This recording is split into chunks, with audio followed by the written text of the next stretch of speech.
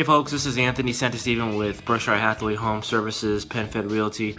Wanted to do another video. Had a lot of a good response and a lot of feedback and a lot more questions when it comes to the real estate world. So wanted to go ahead and answer another one of my clients' questions that was given to me about a week or so back.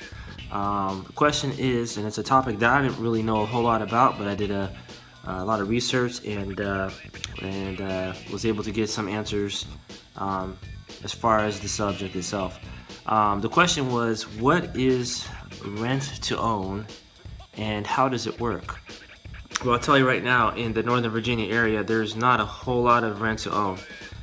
Typically in a rent to own situation, there's a couple circumstances that would have either a seller that wants to take on this responsibility or take on this process, and there is a buyer that is in need of some help. So when it comes to the seller, what's going on is the fact that they have bought another home typically, and they are in need of selling their current home. Now this means that their current home has been on the market for quite a while, and when I say quite a while, anywhere from 6 months to a year or more, and they're in need of selling the home, and they're just not quite getting the response they want. Now when it comes to our area, obviously when that happens, you probably need to get a hold of your realtor and kind of sit down and talk about maybe adjusting the sales price or some other marketing type activities that would help sell the home. Again, that doesn't really happen a whole lot here in Northern Virginia. Things sell if your home is in a decent condition, it will sell. It will sell, quickly enough to where you wouldn't need to do a rent-to-own situation. But again, that's what would be in some other markets here in the United States where the houses just don't sell very quickly. They sit on the market for about a year or more. So this might be a good scenario for you. On the other end is the buyer aspect. A buyer may want to eventually buy a home, and maybe their credit's not as good, so they're able to set themselves up in a situation to rent to own, and kind of go from there. Again, that doesn't happen a whole lot here in Northern Virginia. If you don't qualify to buy a home, typically your lender, a good lender, will tell you exactly what you need to do, and in most of the circumstances you're able to qualify within a year or less. It may be just paying down a bill, paying off a bill, and a couple different things to make adjustments to help your credit score get to a point where you can qualify to buy a home.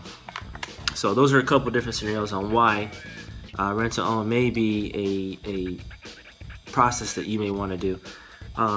What happens is both of you need to decide on the sales price. There's not a realtor involved.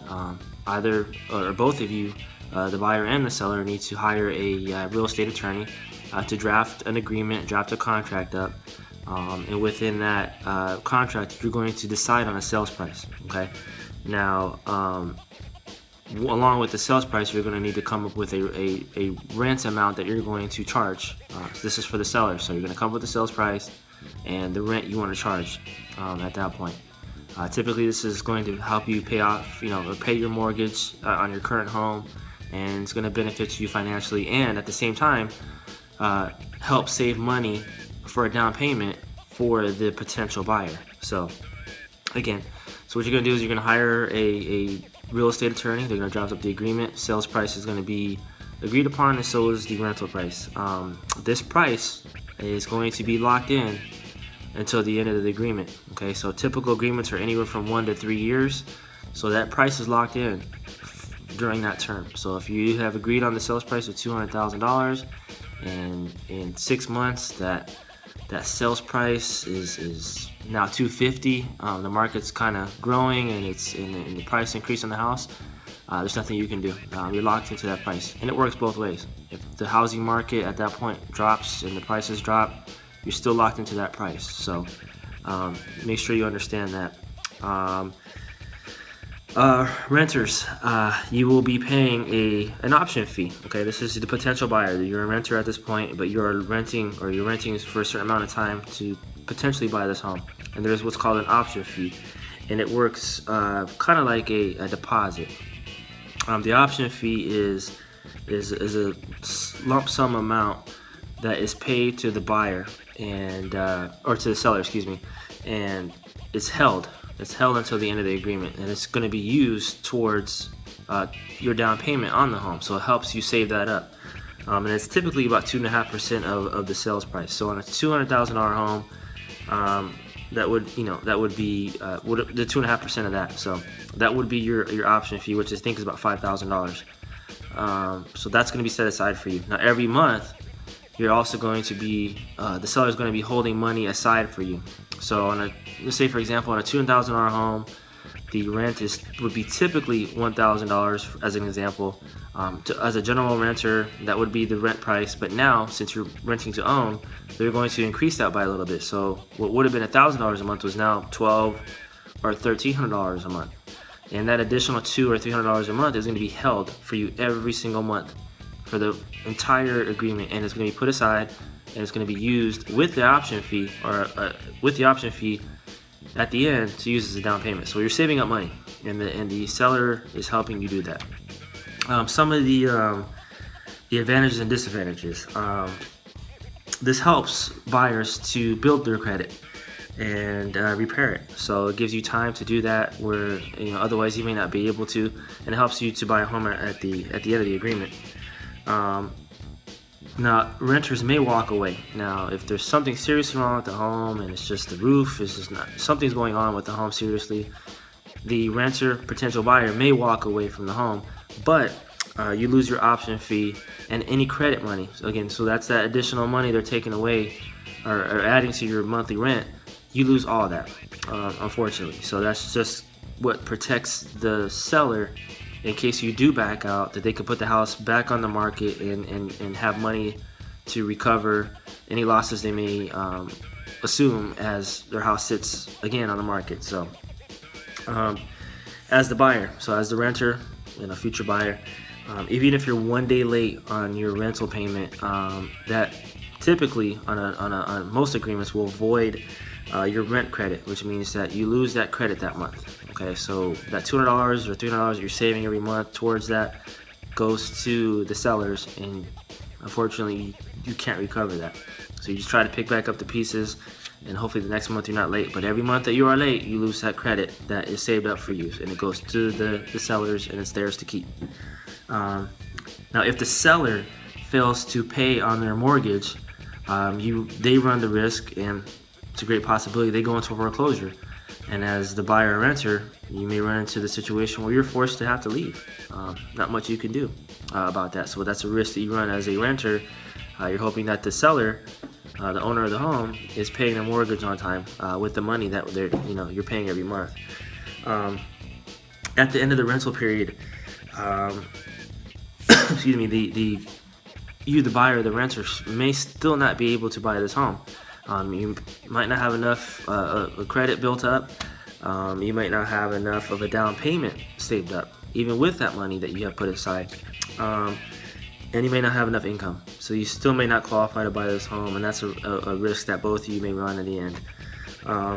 Throughout this time frame, you are situated into a scenario where you are a potential buyer, and you are going to be responsible from the start of the agreement to the end for all repairs.